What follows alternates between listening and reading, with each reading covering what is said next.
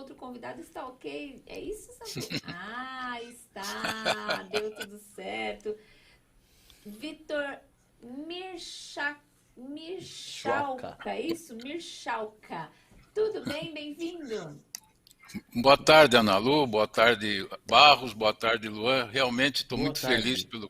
Boa pelo tarde. convite e estou à disposição do que vocês quiserem falar.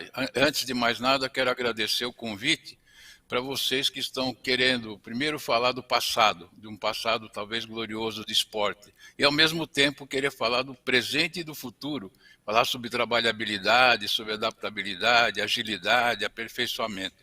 Eu acho que vai ser não digo um choque de gerações, primeiro vai ser lembranças do que o Brasil já conquistou no futebol, no tênis, na minha época que eu jogava com a Maria Esther Bueno, com o Ademar Ferreira da Silva, que foi o primeiro campeão olímpico de atletismo, e realmente tive essa possibilidade de me tornar campeão do mundo e ganhar outros títulos com o Brasil, que muita gente não sabe como é que a gente fez e por que a gente não consegue fazer agora.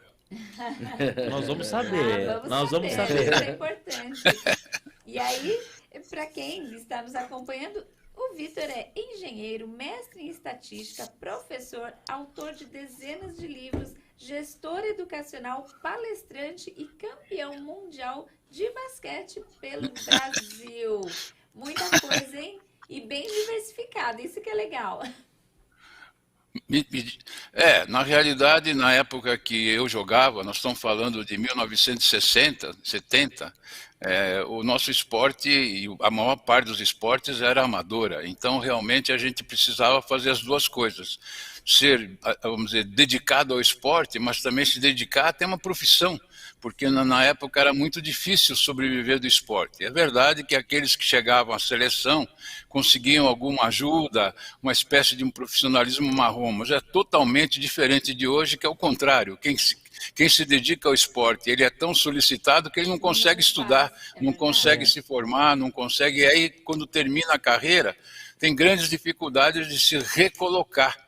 Muitas vezes se recoloca no próprio esporte, como treinador, como comentarista, aliás, às vezes até como proprietário de um clube, como é o caso do Ronaldo, nosso Ronaldão, um fenômeno, né? Mas muitas pessoas não se preparam para essa transição, que é natural, que o nosso corpo não trabalha da mesma maneira, né? Basta ver que vocês estão me olhando com atenção, mas eu tenho 81 anos. As pessoas, quer dizer, eu vivi 4 gerações de vocês. Eu sou tão moço como Francisco Rossi, né? Ele tá com 82. Eu sou tão moço, mas ativo, muito ativo, né? Quer dizer, vocês conhecem bem o Francisco Rossi, não é? É verdade, mas é muito bacana ver homens, mulheres com 81, 82 e tão bem assim quanto meu pai está, e agora a gente pode ver como o Vitor está, viu? Muito bom, muito. E quero agradecer, antes de começarmos os temas, agradecer, né? Eles tiveram a delicadeza de mandar os livros. Aliás, eu queria perguntar para vocês, vocês têm essas pessoas que interagem com as suas opiniões, com os seus relatos, vocês querem sortear alguns livros para essas pessoas, principalmente esse segundo, que é as Cidades Paulistas Inspiradoras, que tem aí um relato sobre Osasco. Se vocês olharem o volume 2, na página 60 até 80, tem um relato sobre Osasco. Eu terminei esse livro há algum tempo atrás, e hoje vocês já devem ter divulgado isso. Osasco é referência extraordinária em todo o Brasil. Quer dizer, Osasco hoje, com uma adaptação que foi feita para alguns estranha, para outros extremamente boa, ao diminuir o imposto sobre o serviço, passou de uma arrecadação de 1,5 bilhão, 1,6 bilhão para 5 bilhões. Tornou-se, inclusive, a única cidade que atraía uma média de 700, 800 novas empresas, as unicórnios, com o Mercado Livre, como Pre-Uber, 99, Dafit, iFood, estão aí instaladas. Osasco criou 30 mil empregos em 2021, inclusive deixou que muitas empresas fossem embora para Minas, para a cidade extrema, que fica ali perto de Bragança, que tem mais ou menos a mesma política. Então, aparentemente, vou cobrar menos, mas vou trazer muito mais gente. Osasco hoje tem uma creche que atende 1.300 pessoas, não existe nenhuma em lugar nenhum do Brasil. Então, Osasco, que eu conheço em décadas e décadas, por muitas amizades, por grandes empresas que aí estão, as escolas que estiveram aí e que hoje uma delas está passando por dificuldade, porque eu fui técnico em assuntos educacionais também dentro da minha carreira, mas, por exemplo, Mazéia Bromboveri, acho que o Barros é de Osasco? Qual? O André Barros é de Osasco? Eu sou. Nascido e quantos criado anos aqui, você tem? Prazer. Você pode dizer quantos anos você tem? 45 anos. Bom, você então lembra bem disso. Osasco inovou. Na época que a Marta Suplicy era prefeita em São Paulo, você era menino, quando abriu espaço para vir o Carrefour e o Walmart ao mesmo tempo, ali perto da ponte, ali perto do viaduto. Né? E ali estava a Azéia Bromboveri, que é uma das maiores empresas do mundo. Né?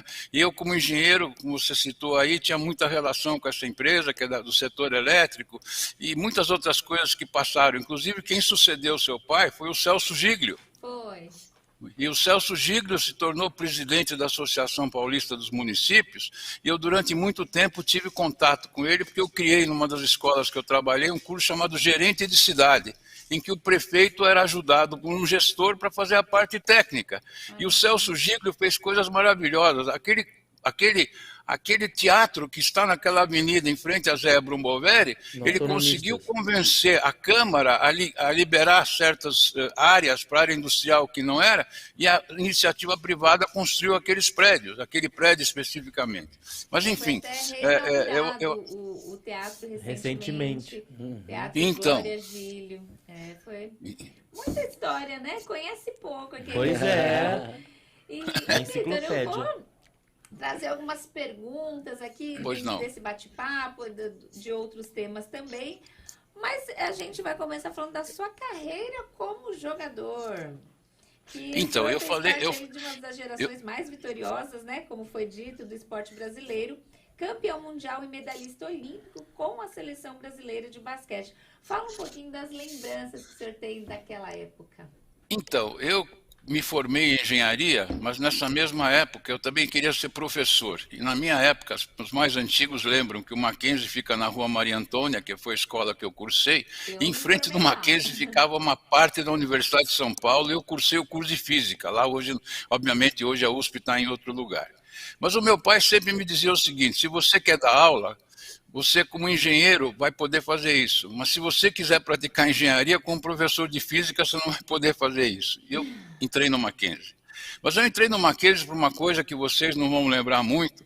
O Mackenzie participava, nessa época, de uma importante competição universitária, chamava-se MacMed, que na época era uma coisa assim, fechava a Rua Consolação, a Avenida Consolação com o desfile, porque era uma competição que atraía a medicina com a engenharia do Mackenzie. Aquilo me atraía muito. Eu falei, não, eu vou entrar no Mackenzie para jogar na MacMed. E aí começou tudo. Me formei no Mackenzie, nessa mesma época também joguei na seleção brasileira e em pouquíssimo tempo consegui, digamos, de 1962 a 1967, o que às vezes a pessoa leva uma carreira inteira, como por exemplo, vocês entrevistaram o Oscar, que foi uma lenda do nosso basquete, que jogou mais de 25 anos nas Olimpíadas em todo lugar e teve apenas um grande título, um título fora do comum, que foi os Jogos Pan-Americanos, se bem que ele também foi terceiro lugar nos Jogos Mundiais que houve nas Filipinas. Mas eu, em apenas 5 anos, consegui ser campeão sul-americano, vice-campeão pan-americano, campeão mundial universitário, campeão mundial pelo Brasil e medalha de bronze nas Olimpíadas, coisa que o Brasil nunca conquistou em basquete. Até hoje. Aliás, em 1964... Era até uma das perguntas. Nunca mais ganhou. Em 1964, as Olimpíadas foram no Japão, como se repetiram o ano passado. E o Brasil só teve uma medalha, a medalha de bronze do basquete. Quer dizer, então... E aí o basquete, depois da nossa geração, ele continuou. Mas eu acho que por vários e vários fatores, ele foi meio que definhando, por gestão, por concorrência principalmente do voleibol, que teve uma gestão muito melhor organizada que o do basquete, e foi atraindo, e aliás, um esporte mais barato, Você não precisa tanto espaço, um esporte mais elegante, um esporte extremamente, vamos dizer, sem contato, não se machuca tanto como se machuca no basquete. E hoje, por exemplo, nós estamos vivendo, eu vou provocar o Luan e dizer assim para ele, qual é o esporte mais honesto que nós temos no momento com toda a tecnologia que existe? E a gente vê que vários esportes populares, apesar da tecnologia, do VAR, etc., eles continuam sendo cheios de falhas, né? Quer dizer, não viu, pisou, bateu no basquete, quem que faz a falta enfrentando. Agora, o único esporte mais honesto, qual que é, Luan? Agora você me pegou, não sei te dizer mesmo. Então eu te peguei. E tudo isso é tecnologia. Tudo é tecnologia. Hoje, se você olhar o tênis, não há como errar no tênis. Ninguém pode, vamos dizer assim, roubar, desviar. Não é possível. Quer dizer, o tênis, além de ser um jogo que as pessoas estão afastadas, você, no começo, há uns 2 ou 3 anos atrás, os jogadores discutiam o que marcava o computador, o algoritmo, no caso. Hoje o algoritmo, inclusive, tem voz. Então o juiz mesmo está lá para gerenciar eventuais pessoas que se machucam, ou eventuais problemas com a torcida, coisa desse tipo. Mas o resto é impecável. Quando a gente olha hoje, não sei se vocês gostam, vocês comentam futebol, o Luan até comentou, acho que nos vídeos que eu vi antes de vocês me convidarem para esse evento, você hoje discute o problema do impedimento. Quantos e quantos milhares de gols não foram marcados antes do VAR no impedimento e tudo isso aconteceu. Mas agora não existe mais essa possibilidade no tênis. Vence no tênis quem é melhor. Né? No futebol ainda as faltas, os cartões amarelos, tudo carece de interpretação. No voleibol carregou a bola, não carregou a bola, o juiz interfere. Mas o Luan fica para você para pegar os esportistas daqui para frente. Qual é o esporte mais honesto que existe com a tecnologia? Tá. É o tênis, olha lá. Então, para mim, pelo menos, desculpe, pode ser que tenha outros, com a tecnologia... Não, mas é uma visão técnica, então... Procede. Mas veja bem, nós vamos falar... A tecnologia veio para o futebol, por exemplo, mas não tem interferido, não tem ajudado muito, porque ainda as questões são muito interpretativas, né? Inclusive, mas, não sei se você viu um jogo recentemente do Fluminense com o Ceará, se não me engano... Não sei se você viu um jogo do Ceará, a falta foi fora, não, mas ele caiu dentro, foi dentro, fora, e deram o pênalti, né? Mas enfim, essa parte também... Mas voltando à sua pergunta, então na realidade eu fiz engenharia e quando me formei, engenheiro eletricista, naquela época, 55 anos atrás, eu iria trabalhar numa hidroelétrica longe de São Paulo. E eu jogava já no clube, no Sírio de São Paulo. Eu falei, meu Deus do céu, eu vou ter que parar de jogar basquete. E eu tinha uma pequena remuneração que na época era equivalente ou até um pouco maior que a de engenheiro. Falei, não vou fazer engenharia, vou ser professor. Que professor, se eu tiver que faltar por causa de um jogo, eu reponho a aula. Era um raciocínio um tanto quanto tolo, mas enfim, era melhor do que estar empregado e você não poder viajar. Aliás, foi isso que me impediu continuar no basquete de 67 para frente, porque eu fui contratado por algumas universidades, inclusive uma do interior, e se eu fosse jogar na seleção brasileira, em 67, por exemplo, o Brasil disputou o Campeonato Mundial em Montevidéu. E eu dava aula numa fundação em Bauru, uma cidade que fica aí a uns 300 e poucos quilômetros de São Paulo. E aí, se eu saísse, eu ia ficar um mês e meio sem aula, concentração, jogos, até não podia fazer isso. Na minha época, as coisas eram eu deixei de ir no Campeonato do Mundo por causa disso, em 1970, quer dizer, eu podia ainda, estava, não digo no auge, mas sendo disponível para a seleção, mas aí por outra razão, que vocês até vão ficar perplexos. Você teve dificuldade em falar o meu sobrenome, eu não sou japonês, na minha origem é ucraniano. Olha, caramba. Hoje a Ucrânia está na moda, infelizmente, por causa da guerra. Exatamente, e eu me naturalizei. Meus pais vieram aqui fugidos da guerra, da Primeira Guerra Mundial, então era uma pessoa naturalizada. E aí o que acontece? Veja você, isso é uma outra história do passado. O campeonato de 1970 seria na Iugoslávia, que na época era governada por um governante comunista, chamava Tito, o ditador lá. Hoje a Iugoslávia está dividida em 7 pequenos países que são, inclusive, totalmente antagônicos. E a minha mãe ficava chorando, chorando o tempo todo. Se você for lá, você vai ser raptado e vão te levar de novo para a Rússia, né? E eu não fui para um campeonato mundial Quando meus amigos voltaram, os que foram jogar lá, o Hélio Rubens, por exemplo, que é um grande amigo, falou, nossa, mas ali está uma liberdade, todo mundo, vamos dizer assim, alegria, não tinha nada de comunismo. Comunismo é só logo depois se desfazia o comunismo na Iugoslávia. Então, na realidade, a coisa foi desse jeito, fui me empurrando, aí virei professor em escolas particulares, as mais importantes de São Paulo, Mackenzie, Mauá, hoje Instituto Mauá de Tecnologia, Fundação Armando Álvares Penteado, fui evoluindo até chegar à condição de gestor. Por quase 20 anos eu fui diretor cultural da Fundação Armando Álvares Penteado, o que me deu uma cultura muito grande, porque eu não dava aula só na engenharia, eu tinha relação com a Faculdade de Direito, com a Faculdade de Administração, com a Faculdade de Artes Plásticas, com as exposições, e isso inclusive mudou muito a minha carreira, que antes era muito determinista, muito lógica, e eu passei não a ser um extrovertido, mas passei a ser uma pessoa que comecei a gostar de criatividade, que eu comecei a estudar há mais de 30 anos atrás. E hoje a criatividade é uma competência entre as 3 primeiras que os recrutadores querem das pessoas que vão empregar. E até hoje nós não ensinamos criatividade adequadamente. Eu introduzi a criatividade como disciplina nas 6 faculdades que a FAP tinha.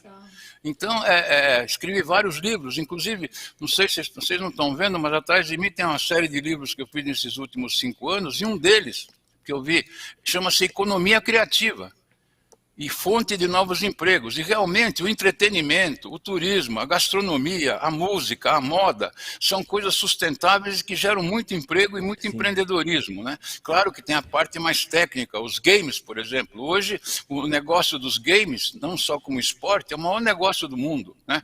Hoje, a televisão, o rádio virou televisão, como nós estamos fazendo agora, né? Então, a tecnologia nos trouxe muitos benefícios, né? Mas, enfim, e aí, nesses últimos 4, 5 anos, principalmente a pandemia me ajudou bastante, eu consegui escrever muitos livros. Pena que nos últimos 2 anos a gente ficou recluso. Foi muito assustador. Eu não sei qual é a opinião de vocês, mas acho que a gente viveu muitos sofismas, muitas falácias, e as pessoas... você, um pouco antes de Ana Lúcia, comentou algumas posições suas, e eu estou quase em todas integralmente com você, inclusive aquela do... Apesar do Rock in Rio, dentro da economia criativa, isso é uma coisa fantástica. O Rock in Rio atrai 70 mil pessoas por dia, que vão gastar muito. O Rock in Rio chega a ser mais do que o carnaval, em termos de movimentar a economia. Isso é economia criativa, né? Não vou discutir se eu vou gostar da música, se não vou gostar, se vai ter manifestação ideológica lá, mas enfim, o Rock in Rio é uma das maiores realizações que o Brasil teve. O Medina começou esse Rock in Rio umas 2 décadas atrás e transformou isso em uma máquina de dinheiro, em todos os sentidos, e de distração. Então, o entretenimento, que é uma das áreas da economia criativa, é uma fonte de novos empregos e novos empreendimentos, tá certo? E aí depois a gente pode falar sobre um outro conceito, que foi o que gerou os outros livros, inclusive os Cidades Paulistas Inspiradoras, que é o conceito de visitabilidade. O que é visitabilidade? Então, eu antes de falar de Osasco, digo, olha, acabou de terminar, dia 28, hoje nós estamos no dia 2, a festa do Peão do Boiadeiro. Sim, Barreto. Eu não sei se algum de vocês conhece o Parque do Peão. Eu conheci meu marido lá, na festa do Peão. Olha! Bom, então maravilhoso. Aqui é um espaço maravilhoso, mal utilizado. E pergunto ainda mais para você, Ana Lu, já que apesar de eu ser entrevistado, do lado de Barretos está Olímpia. Olímpia. Uma cidade de 40 e poucos mil habitantes. Vocês sabem que Olímpia é a cidade que tem o maior número de quartos disponíveis para turistas do Brasil depois de São Paulo? Olha só. Ela tem os maiores resorts de água. Por conta ela tem o Termas de Laranjais. Tem um negócio, você não precisa ir para Orlando, porque lá tem o Aquífero Guarani. Mas voltando a Barretos. Barretos, em 11 dias, eu vi a última notícia, gerou para a economia perto de 1,29 bilhão, 1 bilhão e 290 milhões, e passou aproximadamente 1 milhão de visitantes nos 11 dias. Uma média impressionante. Aquele estádio onde você conheceu o seu marido, que cabe em 35 mil pessoas, ficou lotado o tempo todo. Mas se eu perguntar para vocês o que aconteceu com os hotéis de Barretos, lotados, de Olímpia, lotados, inclusive os de Ribeirão Preto e os de Rio Preto, de cidades que distam 100 quilômetros, porque não cabia toda essa gente, apesar do camping. Isso se chama visitabilidade. E a visitabilidade a gente provoca por várias maneiras. Pela empregabilidade, pela saúde, pela educação. Então vejam vocês, se eu perguntar qual é a coisa mais importante que tem em Barretos, não é a festa do peão. A coisa mais importante é o Hospital do Amor, que você conhece. 5.000 a 6.000 pessoas por dia do Brasil inteiro vão a Barretos para se cuidar, porque é o maior hospital do Brasil. Muitas vezes acompanhados. Então você imagina você ter 6.000 turistas, às vezes 12.000 por dia, uma cidade de 120.000 pessoas, que precisam se acomodar, cuidar com sofrimento, evidentemente. Então, saúde, onde tem grandes hospitais, você procura. Educação, eu pergunto agora ao André, o que aconteceria com Campinas se não tivesse a Unicamp, André? Pois é, seria difícil. A Unicamp é uma referência no Brasil, né? Não, eu estou falando da visitabilidade. O Unicamp tem 40.000 alunos, André, e 90% deles não são de Campinas. Eles são turistas educacionais, que vão gastar, às vezes se estabelece na cidade.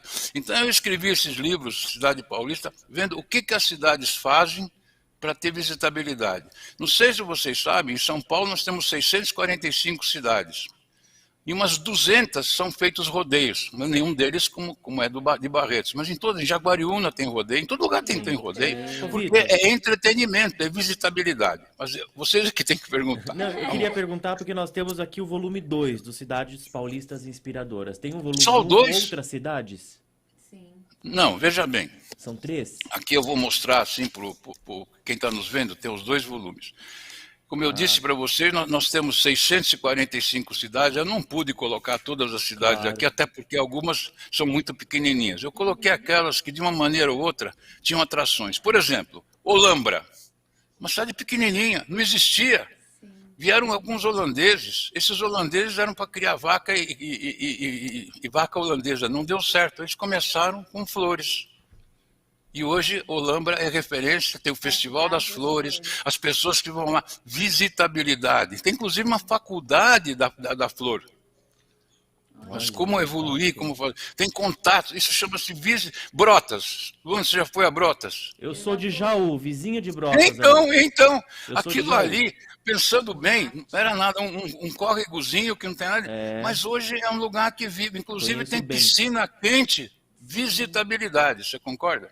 Ou então, Campos de Jordão, cidade de tuberculoso, 50 anos atrás. Hoje, cidade da cultura, da música culta, em julho, lota a cidade. Isso é o conceito de visitabilidade. E voltando ao André, se não tivesse a Unicamp e a PUC, esses alunos não estariam em lugar nenhum, mas eles vêm do Brasil inteiro, concorda? Como um entretenimento, grandes jogos, grandes competições esportivas, trazem pessoas da região. Então, porque nós vivemos a economia da experiência. A pessoa, como eu disse para vocês, não completei, Osasco tinha uma visitação fantástica de domingo, porque foi o primeiro município que permitiu que os supermercados trabalhassem de domingo. Antigamente não abria supermercado de domingo. Também não. Então, e aí vocês vejam só, não, porque as pessoas não vão trabalhar de domingo. Meu Deus do céu, e os que trabalharam de segunda a sexta não podem ter um espaço maior para fazer as compras? Hoje ninguém nem conversa sobre isso, todo mundo abre até 24 horas. Vocês vejam, não sei se em Osasco já está cheio, entrou essa cadeia mexicana chamada Oxxo, já viram? Já. 24 horas por dia. Se bem que nós tivemos outras experiências de 24 horas que acabaram não dando certo, segurança, já tem demanda, 2 unidades etc. dessa loja aqui em Osasco. Então, ela já abriu perto de 300 no Brasil. Quer dizer, é um negócio fantástico. Então, foi assim que eu cheguei a gestor. Outra visibilidade, rapidinho, outra visibilidade boa que Osasco tem são os hot dogs, tá? Reconhecido a nível nacional. Não, verdade. Eu acho que já que eu gosto de esporte gastronômico. Exatamente. Uma visitabilidade, entre outras, o time de voleibol. Sim. É verdade. O time de voleibol deu um nome muito grande ao Osasco. E o técnico hoje luta com grande dificuldade, não tem patrocínio, mas Osasco já foi mais forte do que é hoje. Sim. Mas só que nos últimos 15, 20 anos, Osasco é conhecido inclusive pelo voleibol, como Franca é conhecida pelo basquete há 50 anos, tá certo? E tem lá um ginásio. Claro que são visitabilidades menores, mas as pessoas que gostam de vôlei vão a Osasco, né? Ô, Vitor, falamos bastante aqui das cidades paulistas inspiradoras, mas temos também aqui trabalhabilidade. Então, eu queria... Esse volume que a gente tem é a obrigatoriedade da adaptação. Então, O que seria essa adaptação? Fala um pouquinho sobre esse volume. Eu não sei se consegue, dá para ver. Bom, eu estou fazendo uma trilogia dos 3 As. Eu estou dizendo que a pessoa, para sobreviver das mudanças, ela precisa fazer 3 coisas. Ela precisa saber se adaptar, ela precisa saber se agilizar e ela precisa saber se aperfeiçoar. Então, vocês estão com o primeiro livro, que é este aqui. Sim. Já vou falar rapidamente da adaptabilidade ao quê e o que acontece. E, se tudo for bem, não sei se vocês repetem entrevista, daqui a um mês esse livro, aliás, no final desse mês esse livro vai estar pronto, o 2, que fala de criatividade, que fala como é que... Ágil não é um sujeito só veloz, ágil é um sujeito flexível, ágil é um sujeito que sabe aproveitar as oportunidades assim para ele. Mas vamos falar de adaptabilidade.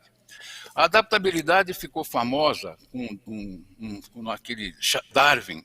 Dizem que ele falou o seguinte, que não é o forte que sobrevive, é o adaptável. Na verdade, nem foi ele que falou isso. Mas, vejamos o seguinte, o mundo não para de mudar. Então, vamos para 2022.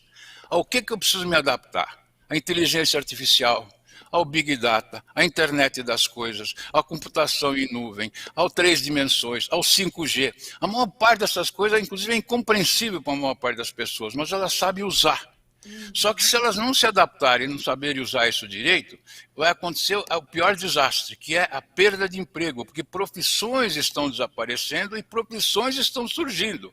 Então você precisa saber qual é que está desaparecendo e qual é que está surgindo, para que você possa estar apto, ser um profissional do futuro e sempre pensar no futuro das profissões. Então a adaptabilidade, por exemplo, eu vou falar de 6 Cs, que é logo no 2º capítulo desse livro. Por exemplo, hoje vale muito mais a contratação temporária do que a contratação para o resto da vida. Eu vou ficar estável. É uma coisa que é completamente diferente. Segundo, hoje nós temos uma conectividade que a gente jamais teve na história. Veja, eu agora passei em frente de Osasco às 9h30 da manhã e estou aqui no meu sítio entre Biúna e Piedade.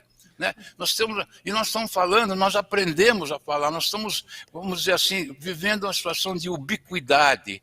Ubiquidade está ao mesmo lugar, no mesmo lugar, vindo de todos os lugares, ou então você não está naquele lugar, mas você participa como se estivesse, digamos, uma transmissão de uns Jogos Olímpicos de algum lugar, e 1 milhão de pessoas não estão lá e ao mesmo tempo estão lá. Quer dizer, quase que são deuses por causa da tecnologia. Então, nós realmente estamos vivendo um momento em que a tecnologia, as transformações digitais, conseguem fazer muito mais, mas muito mais com muito menos. E eu estou sempre brincando com isso, com a minha formação é de engenharia, mas eu estou tentando divulgar isso. Quer dizer, nós temos alguns números na nossa vida, os números governam a nossa vida. Seja, se eu perguntar quanto custa ter um cachorro, quanto custa educar um filho, a maior parte das pessoas não tem muita noção sobre isso. Mas quando eu pergunto para as pessoas, qual é o número mais importante para você atualmente, as pessoas ficam na dúvida, é a aceleração da gravidade. Nem sabem, lembram que era 9,8? Não, é o número π, 3, 14, 16, senão não calcula o comprimento da circunferência. Não. Não, vou falar uma coisa horrível. É o constante de Boltzmann, que é um negócio que usa em química. Não é nada disso. O que mais importante é que nós estamos vivendo com uma tecnologia que anda quase que na velocidade da luz. E a velocidade da luz, Ana Lu, Luan e André, é 300 mil quilômetros por segundo. Então eu pergunto para você, o que é isso? Vamos pensar que você está andando a 120 quilômetros por hora, uma bela velocidade, você concorda? Sim. 120 quilômetros por hora, eu vou dividir por 60, que a hora tem 60 minutos, não é isso? Eu vou ter 2 quilômetros por segundo, não é assim? 120 por 60 dá 2 quilômetros por minuto, perdão. Por minuto. Aí eu divido esses 2 quilômetros por 60, porque cada minuto tem 60 segundos, você vê que dá uma coisa irrisória, dá alguns metros, sei lá. Eu estou falando de 300 mil quilômetros, velocidade da luz por segundo. Então, por exemplo, o que aconteceu hoje? Por exemplo, um programa de debate em que você começa a dar o início de uma música e pergunta para o candidato o que quer. Você não pode competir com a máquina. A máquina faz aquilo num tempo milhões de vezes mais rápido que a pessoa. Você não pode competir com a máquina para jogar xadrez, que é um jogo de regras. Você perde. Você não pode mais fazer nada contra a máquina. Tanto é que o grande, vamos dizer, perigo que nós precisamos resolver é o que fazer daqui 20, 30 anos, quando a máquina, quando os algoritmos, quando a inteligência não biológica for superior à nossa, que ela já está se encaminhando. Não sei se vocês têm assistido aquele filme do Matrix, o Matrix velho e o Matrix novo. Né? Outro dia, um sujeito foi mandado embora do Google, que disse, olha, a máquina está com consciência, que são conceitos complicados, o que é cérebro, o que é mente, o que é consciência, o que é alma. mas consciência, quer dizer, hoje, para que você tem, por exemplo, reconhecimento facial? Você tira uma fotografia, a máquina tem 10 mil, 15 mil rostos, não, tem 1 milhão de rostos. Quando ela tira, ela não te registra, ela também verifica se você não é facínora. Tem segurança. Isso é uma coisa que ela faz instantaneamente. Ou então vocês que gostam de música. Antigamente a gente guardava CD, guardava disco, não é, André? Disco, né, que não quebrava, long play, mas antes era disco que quebrava, a pessoa, videocassete e tal. Hoje você tem o Spotify com 35 milhões de músicas. Você fala para Alexa, coloque aí para mim o Zeca Pagodinho, sai tocando, e você fala, para que eu sou assinante de 35 milhões de músicas? Se nem 10 mil eu não vou escutar, 20 mil na minha vida, eu vou morrer. Mas eu pergunto, você não precisa mais armazenar, o André acabou de falar, em caixas e caixas, que ele está guardando como colecionador, não tem nem aparelho mais para tocar certas coisas. Então, vocês vejam bem o que a tecnologia me permitiu. Tem um assistente virtual inteligente, tem acesso a coisas extraordinárias, só que hoje, qual é uma profissão de futuro? Tem um monte. Por exemplo, guia de drone. O drone tem que ser guiado, por enquanto, assim como se guia a motocicleta. Qual é a profissão do futuro? Cuidador de mim, mas não robô, eu quero uma pessoa. Tá? Qual é a profissão do futuro? Tecnologia da informação, para eu desenvolver algoritmos de inteligência artificial para telefone. Agora, essa o Luan vai responder. Qual é o mais importante invento da história da humanidade, Luan? Invento da história da humanidade? Não é a roda, para começar. Não é a roda. Não. Puxa vida, invento, aí é complicado, né? Vou te ajudar. Veio pra mim, Vitor. Vou te ajudar que nós vamos ficar amigos, que quem sabe vai sair uma segunda entrevista. Pergunto, você está com o telefone celular aí? Sim. Pergunto, para que foi feito o telefone celular em 1984? Para uma pessoa falar com a outra sem fio, não é assim? Exatamente. Isso é o que a gente menos faz hoje. Exatamente. O que faz hoje o telefone celular? Primeiro, ele grava tudo que nós falamos, desligado. Você já percebeu quando você fala com uma pessoa, depois de meia hora você recebe uma propaganda do negócio que você falou, fala, mas como é que ele sabia? Nem meia hora, viu, Vitor? Isso está acontecendo com a minha esposa. Ela fala, mas por que está acontecendo isso se eu só falei? Ele está lendo minha mente? Eu falei, não, ele está te ouvindo. Mas vejam bem, ele virou máquina de calcular, ele virou vídeo, ele virou rádio, ele virou máquina fotográfica. Nós, antigamente, essa para o André, tínhamos um bombril que falava que era de 1001 utilidades, não era isso, André? É verdade. Mas que 1000? Eu fazia 2 ou 3 utilidades, quando muito, né? Que ele colocava para ser antena. A Ana Lu também já colocou bombril para a televisão pegar melhor. Botava na antena. Ou então pergunta, o canivete suíço, você lembra? Fazia tudo mal, que nem um pato. Voa mal, anda gozado, tal. Claro, mas faz várias coisas. Então, canivete tinha corta-unha, sei lá, parafuso, mas abre lata, nós nem temos, mas tinha abridor de lata antigamente. São as adaptações que a tecnologia desapareceu, tornou mais fácil. Então, na realidade, aí 2 coisas importantes. Nosso maior problema, a maior adaptação é emprego ou trabalho. O que é empregabilidade? Empregabilidade é quando você tem capacidade de arrumar um emprego e de manter um emprego. E normalmente você faz isso porque você se torna um médico, você se torna um engenheiro, você se torna um técnico, você se torna um esteticista, enfim, tem uma série de níveis. O que é trabalhabilidade? É um pouco mais do que empregabilidade. Quando você oferece um emprego. Por exemplo, eu sou um influenciador, um emprego que não existia antes. Você oferece emprego às pessoas. Eu sou um microempreendedor individual. Aliás, a maior parte das empresas brasileiras abertas é de uma pessoa só. Nem funcionário não tem. Eu sou um consultor.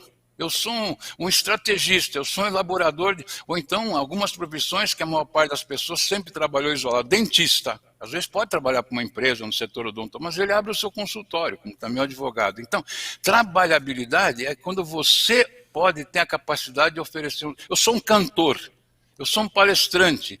Então, é bem diferente, quer dizer, você vai trabalhar para alguém, mas você que está oferecendo serviço. Então, o grande problema nosso é como fazer para criar um incremento, que as pessoas queiram o seu trabalho.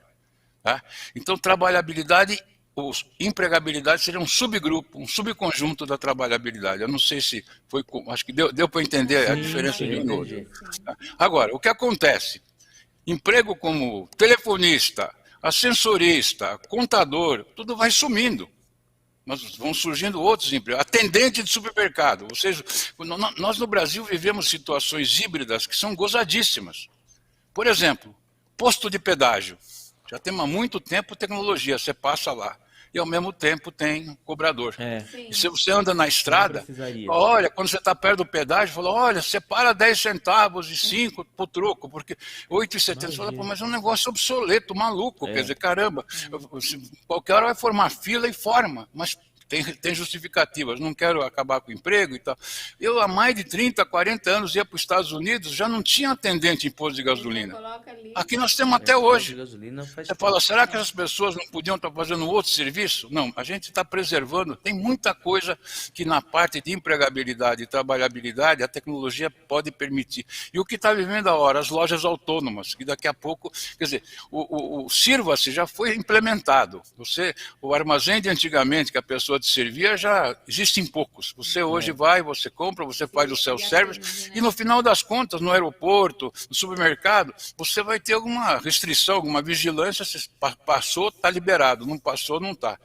Agora, evidentemente isso corta emprego, mas gera empregos. Eu outro dia fui exatamente a uma palestra em Limeira, lá, organizada pelo prefeito, e eu disse para ele, prefeito, o senhor tem influência política e tal, por que o senhor não consegue um protótipo para que uma grande farmácia, uma grande rede, possa enviar remédio por drone, principalmente para as pessoas que estão num sítio, que precisam dele e têm dificuldade. E aí, claro, que tem a parte do não. Se liberar, pode levar droga, pode levar não sei o quê, mas isso o drone vai ser uma nova, assim como o avião vertical, vão ser as coisas dos próximos 5, 6, 7 anos, como o carro autônomo, né? Como o avião sem piloto. Como o metrô já é sem motorneiro há muito tempo, tá certo? Então, na realidade, a adaptabilidade é exatamente você conseguir sobreviver a essas mudanças. Eu não sei, como eu tenho 81 anos, eu posso falar de uma evolução que era fantástica, tirar cópias para chegar ao telefone celular do Luan. Na minha época, de jovem, a gente tinha máquina de escrever. Que todo mundo hoje é datilógrafo, não vai ter mais datilógrafo, todo mundo é datilógrafo, até com 2 dedos. Aí surgiu o papel carbono, vocês nem sabem, os mais jovens, o que é o papel carbono. E aí você até queria mais cópias que o normal, não saia uma cópia horrorosa. Bom, aí veio a grande inovação e chegou uma empresa chamada Xerox. Nossa, ficou famosa, fez várias mancadas na história da inovação, inclusive podia ter máquina digital, não se apercebeu. Todo mundo com máquina de Xerox. Daí veio as impressoras, nossa, as impressoras, né, que você tinha um programa, eu até escrevi vários livros aí sobre impressoras de agulha e tal. Aí vieram as impressoras a laser, coloridas, rápidas. E aí você quer tirar uma coisa, não, você tira no celular e guarda, não precisa gastar papel, nada, e manda para a pessoa. Vocês vejam só que estrutura, que destruição criativa, destruição no bom sentido, quer dizer, uma inovação que obsoleta o antigo e você usa o novo com muito mais vantagem, tá certo? Então, na realidade, esse livro é em 8 capítulos e ele, inclusive, passa pelos novíssimos normais, alguns criticáveis, outros totalmente aceitáveis. Quais foram os novíssimos normais? A telemedicina, que se regulamentou um pouco mais, tecnologia, por causa da pandemia. Nós tivemos o home office, que eu pessoalmente acho que teve um marketing pavoroso, da realidade, como se todo mundo pudesse trabalhar em home office. Essa não é a verdade do Brasil e nem do mundo. Você não esqueça que 88% das pessoas são encanador, cuidador, enfermeiro, eletricista, entregador. Esse pessoal não pode viver em home office.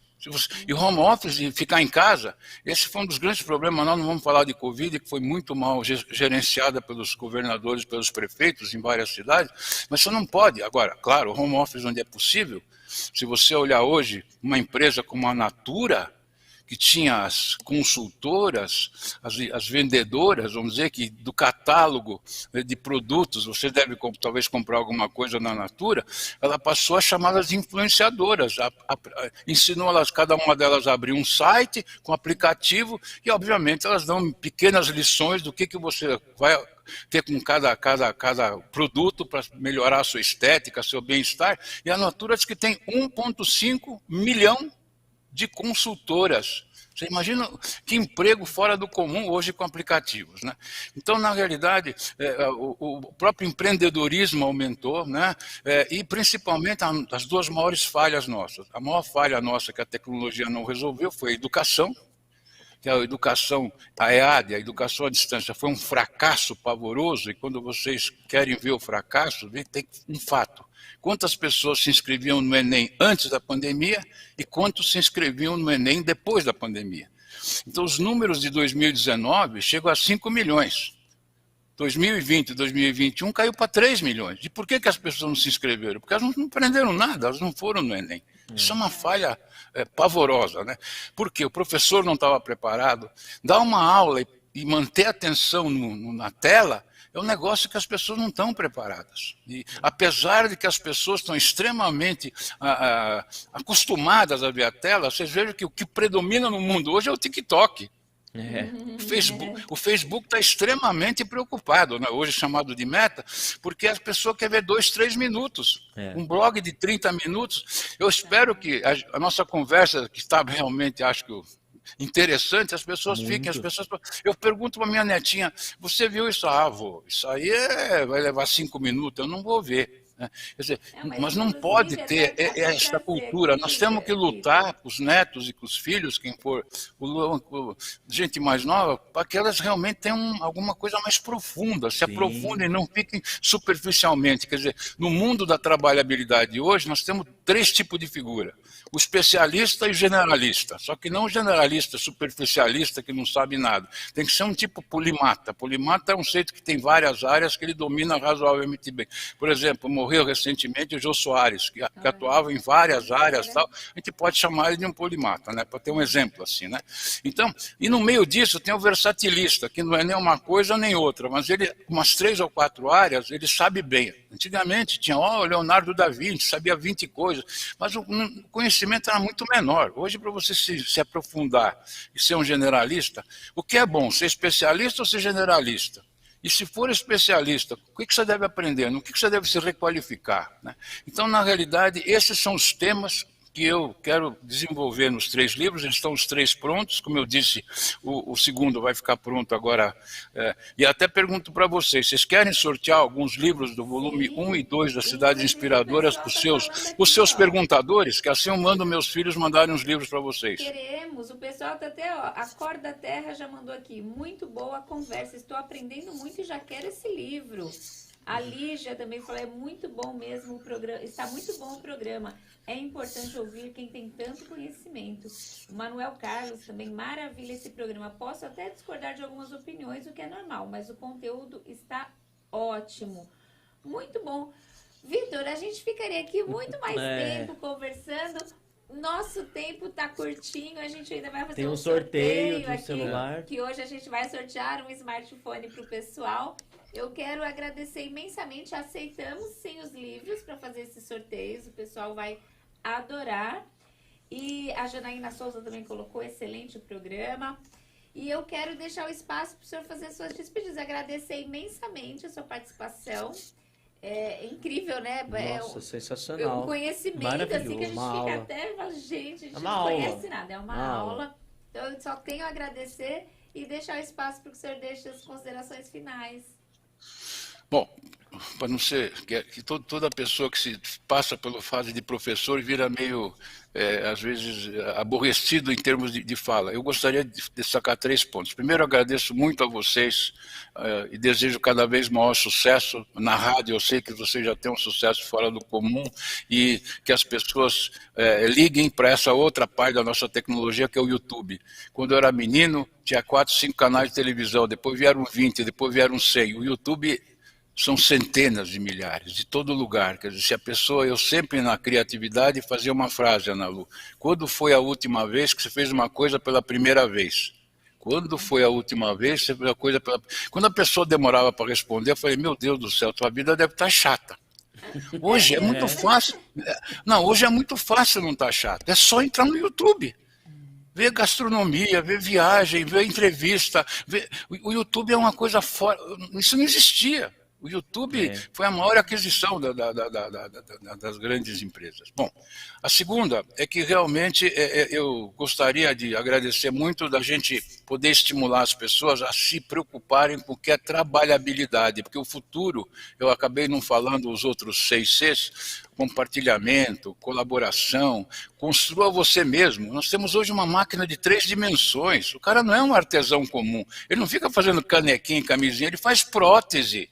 Coisa séria, faz componentes de avião que não são feitos em quantidade.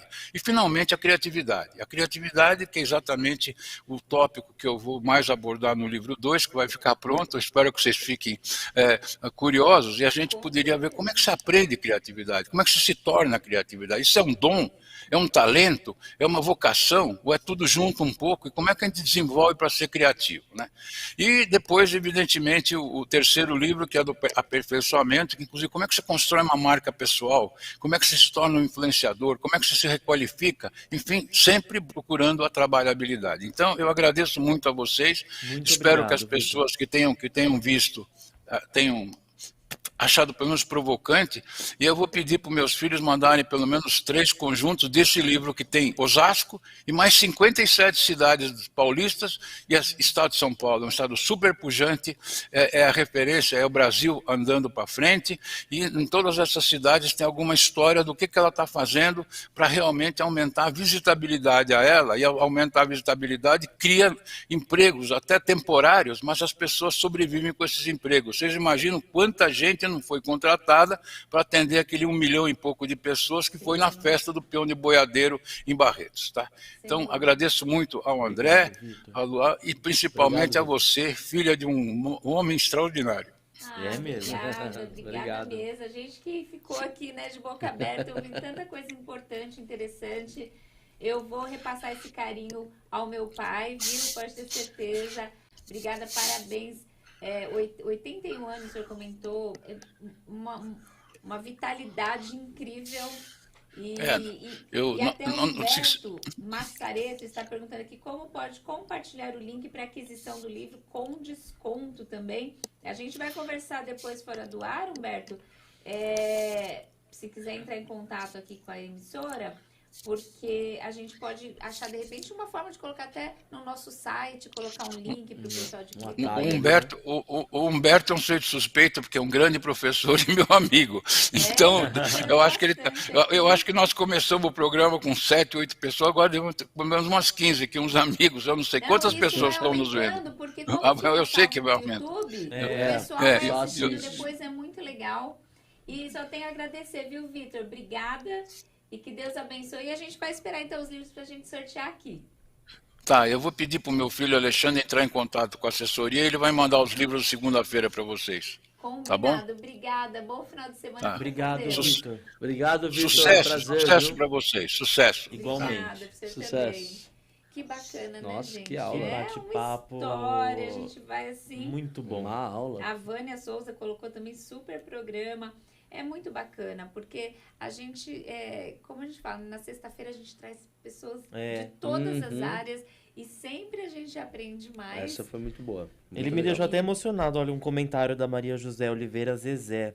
Luan, agora que estou ouvindo o senhor Vitor, me lembrou na hora do seu avô, saudosíssimo senhor Ismael Santini, um homem à frente do seu tempo, inteligentíssimo, que viajava o Brasil todo, empreendedor. Que legal. Exatamente. Era exatamente assim quando a gente conversava com meu avô. E assim, foram o quê? Não chegou a 40 minutos. Não, e quanto conhecimento. Quanto Nossa. conhecimento, incrível, muito muito legal, bom. muito bom. E o pessoal que acompanhou, com certeza também gostou, muito comentário legal. Obrigada, viu, gente? Muito